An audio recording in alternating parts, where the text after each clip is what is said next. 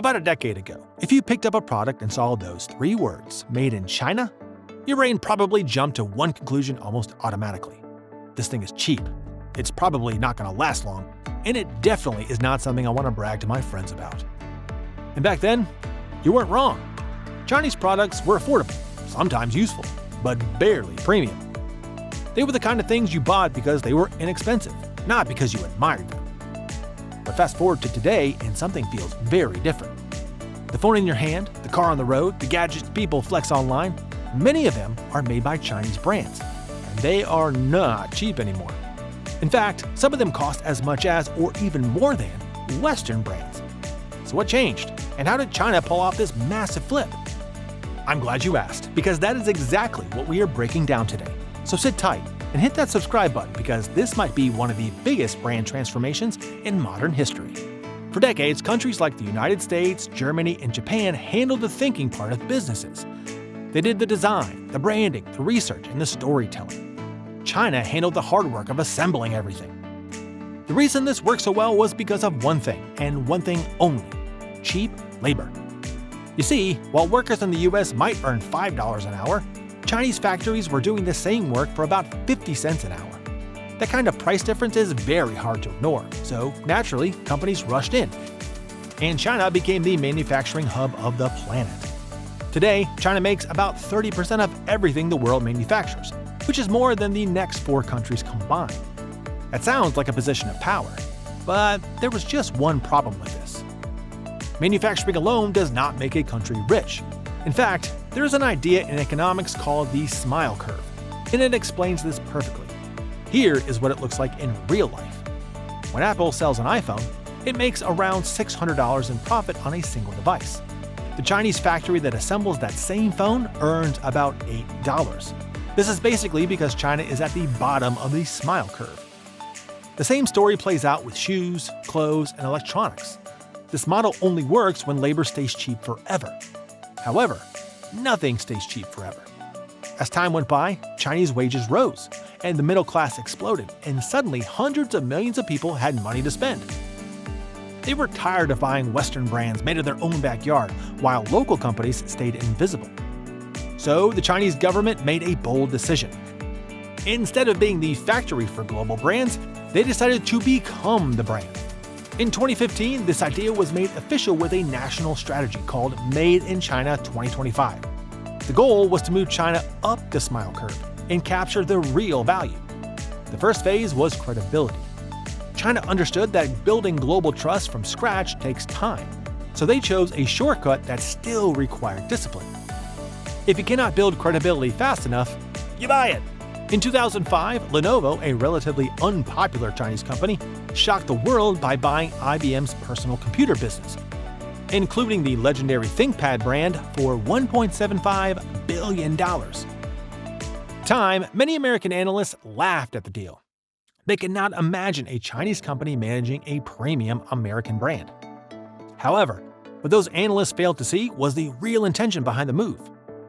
Through the acquisition, Lenovo absorbed the process, the design culture, the engineering mindset, and the branding playbook that made ThinkPad respected worldwide. Though the early years were not smooth. Integration was messy and slow, but China is very good at playing the long game.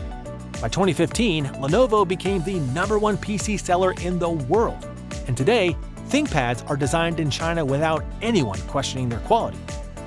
This was not a unique move. Geely bought Volvo. Haier bought GE Appliances. Chinese companies spent hundreds of billions of dollars acquiring foreign brands, not just to sell more, but to learn faster. It was like downloading decades of experience in one move. Then came the second phase. Instead of fighting Western companies in areas where they already dominated, China chose battles where the rules were still being written. Competing with Apple in traditional smartphones or with German brands and combustion engines would have been an uphill fight. So China focused on electric vehicles, drones, digital payments, renewable energy, and 5G. These were industries still taking shape. With heavy government backing, massive investment, and local scale, Chinese companies moved fast.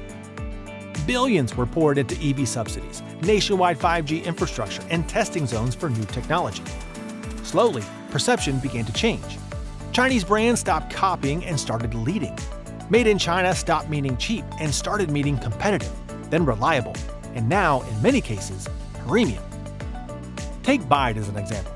Today, people know Byte as a major electric car company, but that is not how the story began. Byte started in 1995 as a battery company. Year after year, they improved battery technology, while the rest of the auto world was still comfortable selling petrol and diesel cars. Then, the world slowly shifted to electric vehicles, and suddenly Byte did not have to scramble or catch up, because they were already there, prepared and waiting. Currently, Byte sells more electric vehicles than Tesla. And this is not just a Byte story. China now produces more than 60% of the world's electric vehicles and around 80% of global EV batteries. When you control the core technology of a future industry, you do not have to beg for relevance. Relevance comes to you. And once you reach that position, you also get to decide what premium even means in that space. You can see this pattern repeated across industries if you look closely. DJI did not wait for the drone market to become crowded before entering. They moved early, perfected the product, and captured around 70% of the global drone market before most competitors realized how big the opportunity was. TikTok did something similar with short videos. It did not ask permission or wait for Instagram or YouTube to define the rules. It simply showed the world a new way to consume content. Everyone else had to follow. When you are the one creating the category, also the one setting the standards.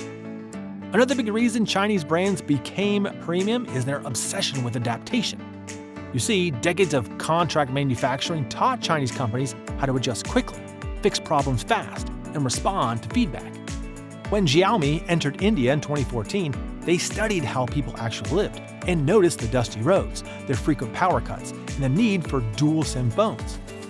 So they built phones that solved those exact problems. Phones with bigger batteries, dual SIM as standard, and hardware tuned for local conditions. They also invested heavily in service centers, because they understood that Indian customers value after-sales support deeply. By 2019, Xiaomi had built more than 3,000 service centers across India, and within just 5 years, they overtook Samsung.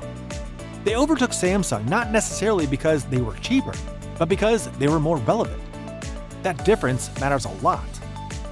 Being cheap attracts attention once, but being relevant builds loyalty. Then comes the most interesting phase of all, the moment Chinese brands stopped hiding who they were.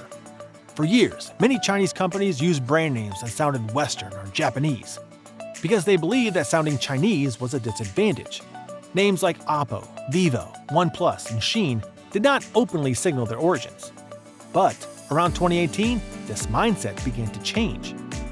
Chinese brands started embracing their identity instead of running from it. The shift even has a name, Guashao, which means national tie. It represents a growing pride in Chinese culture, design, and identity. What followed after the shift was a cultural shift.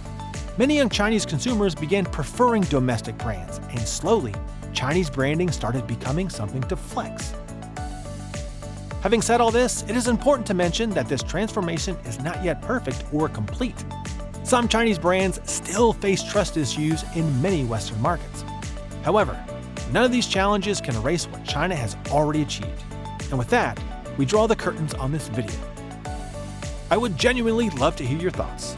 Do you think the trust issues Chinese brands still face in many Western markets are mostly due to propaganda? Drop your answers in the comments and let's talk about it. And if you found this breakdown useful, do subscribe, because there is a lot more coming. I'll see you in the next one.